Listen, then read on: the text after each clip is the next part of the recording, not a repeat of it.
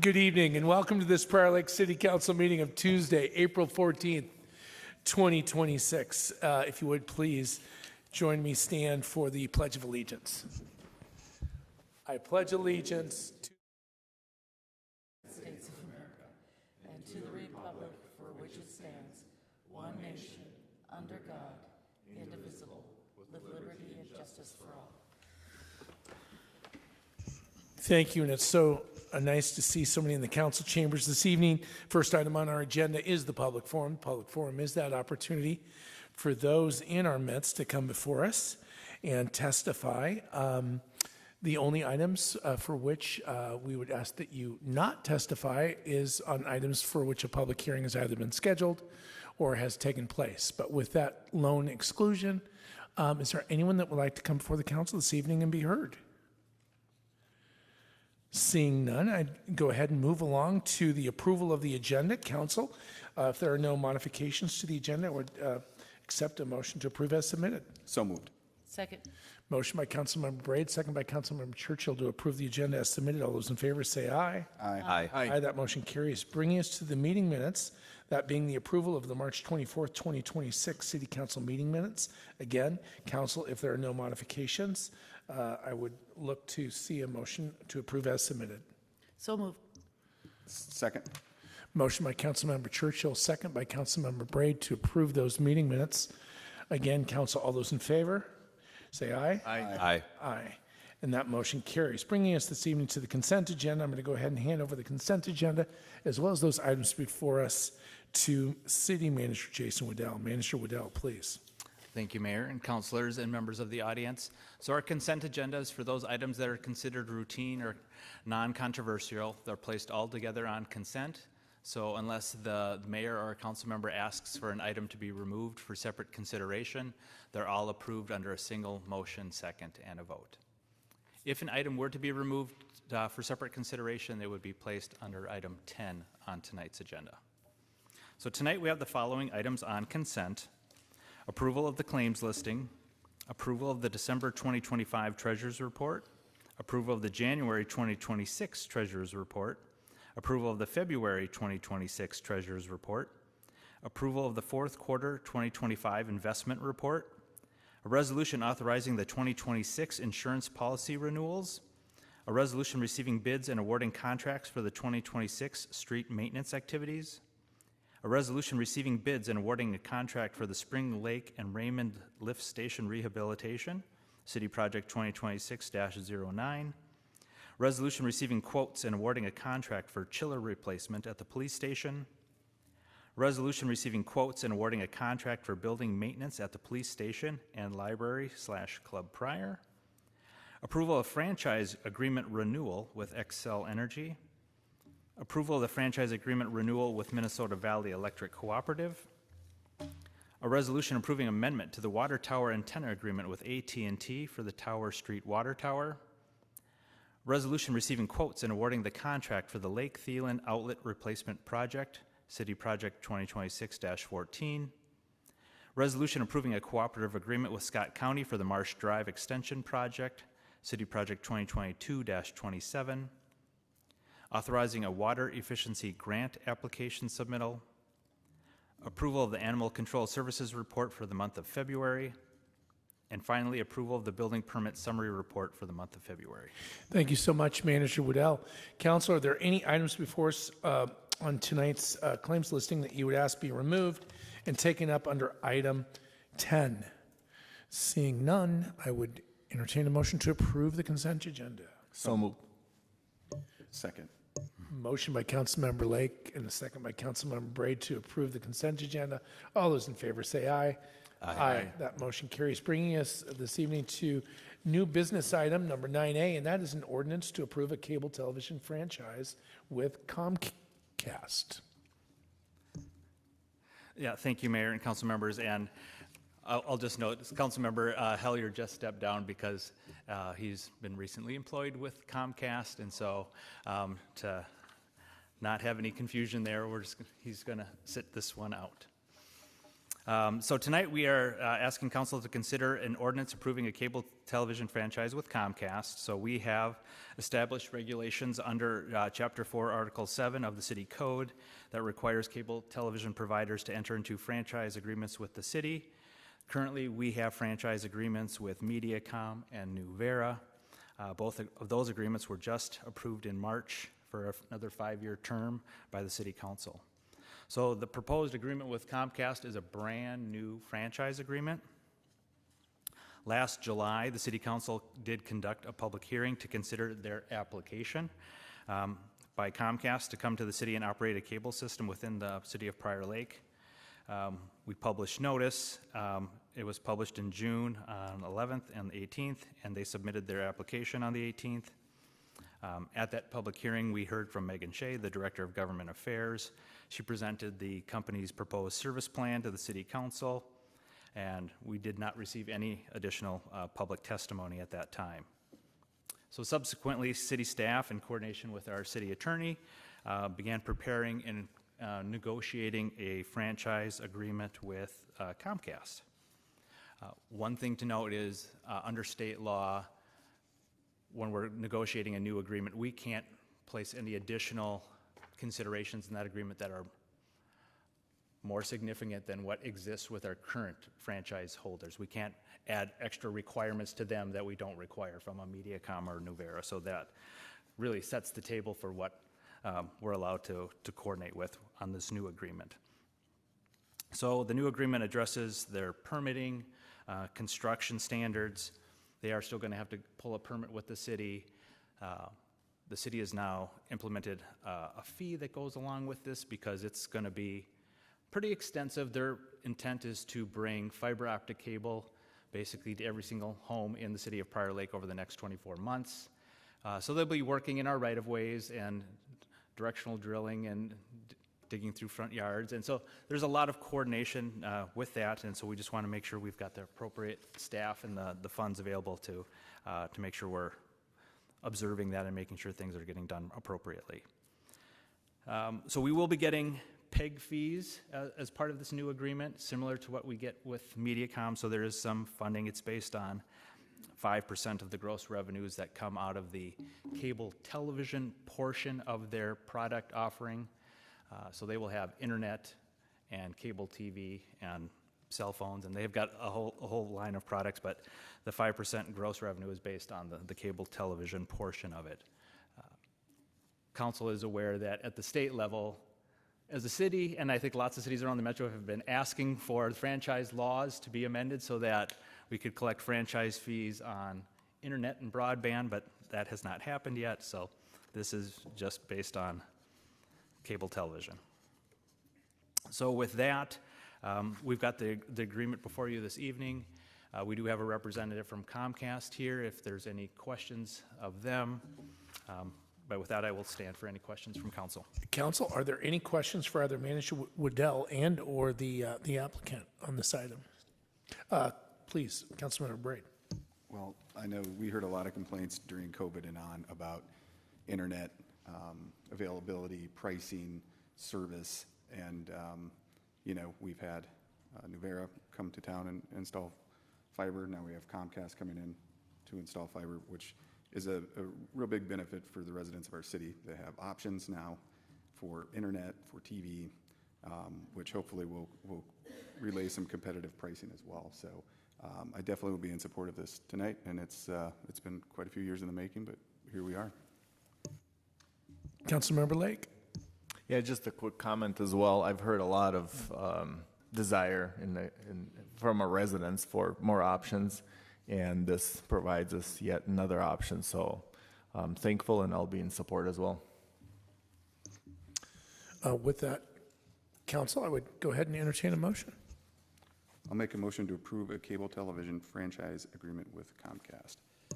Second. We have a motion from Councilmember Brayton and second by Councilmember Churchill. All those in favor say aye. Aye. Aye. That motion carries. And we'll note the one abstention for Councilmember. Yes, for Councilmember Hellier. And Councilmember Hellier, please rejoin us.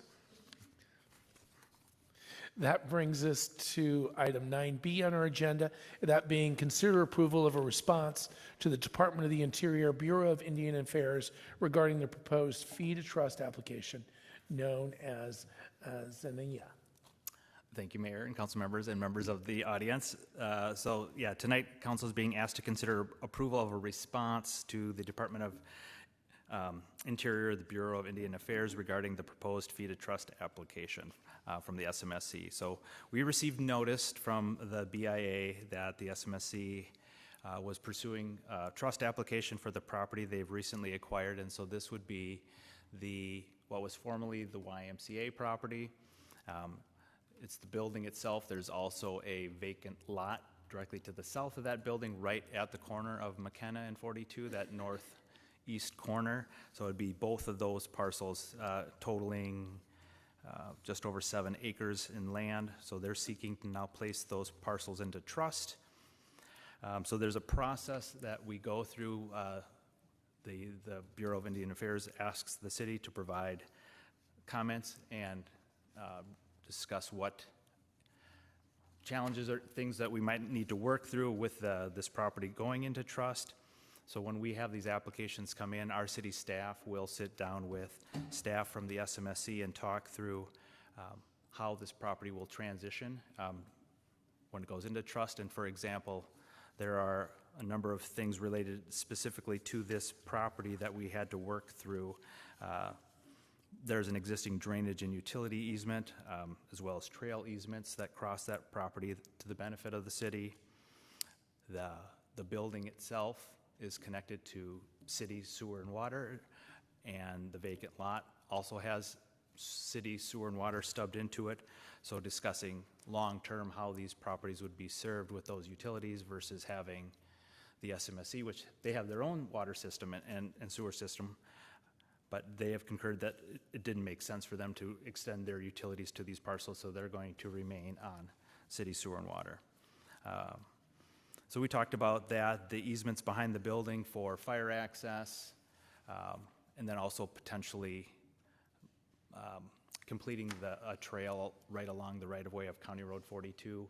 If we ever needed to realign that trail, there was an agreement to work through that. So those are some of the conditions that we've documented in this letter. One of the other unique aspects to this particular trust application is the BIA will always ask us for what is the city currently collecting in property taxes, because when it goes into trust, then we would no longer be collecting those. What's unique about this is when it was the YMCA, it was a nonprofit organization, and therefore they did not pay property taxes. And then Shepherd of the Lake Church purchased that property from the YMCA, and as a church and a nonprofit, they did not pay property taxes. But when the SMSC purchased it, so in this interim time, they actually do pay property taxes. So for 2025, for those two parcels combined, the city did collect $30,063.80. Once that property goes into trust, we obviously won't collect those anymore, but that was really kind of a unique blip that historically the city has not received property taxes for those parcels. So with that, I would stand for any questions. I know we've got some folks from the SMSC in the audience here too. If we've got any questions, we've got Tribal Administrator Bill Rudnicki with us and Steve Albrecht. So if you have any questions of them, but otherwise, if council would like to consider this letter, if it's approved, we would send that off to the Bureau of Indian Affairs tomorrow. Excellent. Council, any questions for City Manager Waddell and or the SMSC? Any comments? I'd like to make some comments.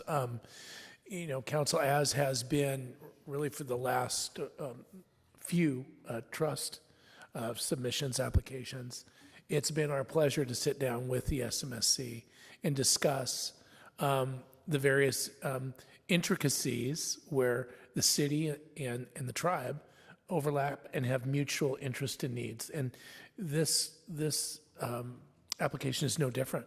As Manager Waddell elucidated, a trail perpetual connections to our infrastructure, which of course, interestingly enough, is of course joint infrastructure in terms of the water treatment plant. So again, as we see this fee to trust application come before us, it once again is an opportunity for us to take a look at the strength of the partnership that we've enjoyed for many years. And I certainly am in full support of this letter as drafted and submitting and would support council doing so as well. Any additional comments? With that, I think, entertain a motion to approve, support the letter as drafted for submission to the BIA. There be the motion. I would entertain a second. Second? We have a motion by Briggs and a second by Councilmember Braid. All those in favor say aye. Aye. Aye. And that motion carries. Bringing us to item 11 on our agenda, which are the councilmember liaison updates. Councilmember Hellier, if I can have you begin. Yes, thank you, Mayor and Council. On Monday the 6th, I attended the Planning Commission meeting. On the 8th, I attended the Chamber meeting and provided an update of all the ongoings in the city. And then on Friday, I had my agenda review. That's it. Thank you so much, Councilmember Hellier. Councilmember Lake? Thank you. On the 10th, I attended the Scale General Meeting, and on the 10th, I also had my agenda review, and on Monday, the EDA meeting was canceled. Thank you. Thank you so much, Councilmember Lake. Councilmember Churchill? Thank you, Mayor. I attended the MVTA board meeting on March 25th, and I had my agenda review on April 10th. Thank you, Councilmember Churchill. Councilmember Braid?